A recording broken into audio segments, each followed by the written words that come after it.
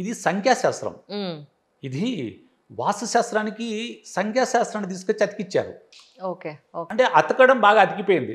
అబద్ధం చెప్పిన అతికినట్టు ఉండాలన్న దానికి చాలా ఉదాహరణ సంఖ్యాశాస్త్రం.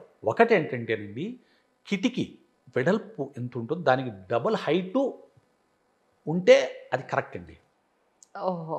ఈ వెడల్పు 5 అడుగులు ఉందనుకోండి, ఇది 10 అడుగులు ఉండాలి. అలా నిర్మించుకుంటే అలా మీరు కిటికీలు తయారు చేసుకుంటే చాలా మంచిది. మీరు కిటికీలు నైరుతిలో తప్ప, నైరుతి రూమ్లో టువర్డ్స్ ఈస్ట్, టువర్డ్స్ నార్త్ కిటికీలు పెట్టుకోవాలా.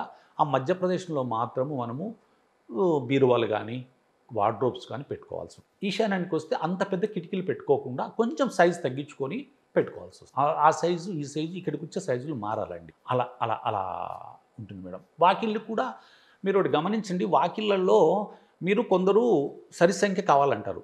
2, 4, 6, 8 మళ్ళీ 10 వస్తే ఒప్పుకోరు. ఒకటి వచ్చింది 0 వచ్చిందండి మేము లెక్కలకు తీసుకోమంటారు. 11 మళ్ళీ 12కి వెళ్ళాల్సి వస్తుంది. అంటే మీరు కొందరు ఏం చేస్తారు, 8 అంకెను తీసుకోరు. అంటే 6 అంకె తర్వాత 7 తీసుకోరు బేస్ సంఖ్య. 8 వాళ్ళకి ఇష్టం లేదు, 9 చేసేదానికి లేదు, 10 మీరు చేశారు, మళ్ళీ 11 రాదు, 12 వస్తుంది.